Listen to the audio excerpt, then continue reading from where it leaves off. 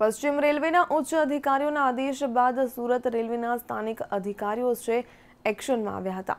મંતવ્યના સ્ટિંગમાં ભાવતાલ કરનાર 3 કુલીઓને આરપીએફે પકડ્યો છે કેસ।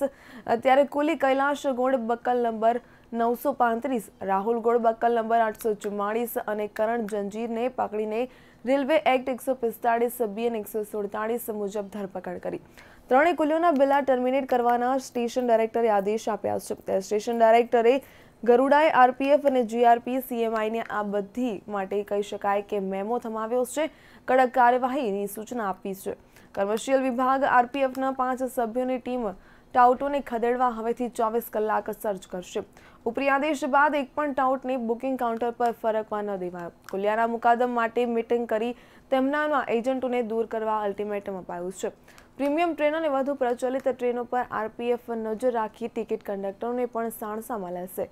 એજન્ટો અને ખાસ કરીને ટિકિટ ન લેવા 24 કલાક સ્ટેશન પર એનાઉન્સમેન્ટ કરાવાશે, હોર્ડિંગ્સ પણ લગાવાશે। જાગૃત યાત્રીઓએ પણ ઉચ્ચ અધિકારીઓને મંતવ્યનું સ્ટિંગ ટ્વીટ કર્યું।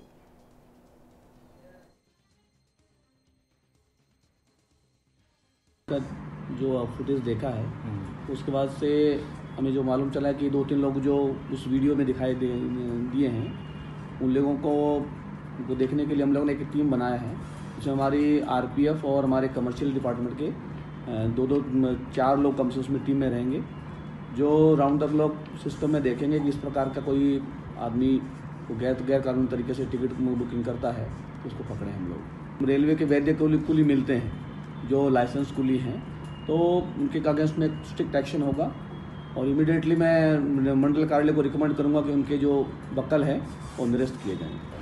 મંતવ્ય ન્યૂઝ દ્વારા સુરત રેલવે સ્ટેશન પર કરવામાં આવેલા સ્ટિંગ ઓપરેશન બાદ રેલવે તંત્ર સફાળું જાગ્યું છે અને તત્કાલિક ધોરણે પણ જે ટાઉટ છે જે સ્ટિંગમાં અમારી સમક્ષ કબૂલાત કરતા ઝડપાયા હતા કે ટિકિટ ચેકરો પણ અમારી સાથે મળેલા છે, તેઓને આરપીએફ દ્વારા તત્કાલ ધરપકડ કરવામાં આવી છે અને તેમના જે બિલ્લા છે કુલી તરીકેના તે ટર્મિનેટ કરવાની કાર્યવાહી કરી છે।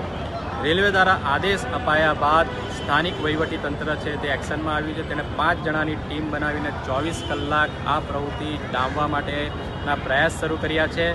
આ ઉપરાંત વિવિધ જગ્યાઓ પર જે ટાઉટો છે, કુલીઓ છે, તેમને અટકાયત કરવામાં આવી છે અને તમામને અહીંથી ભગાડવામાં આવ્યા છે। રાજા શેખ, સુરત।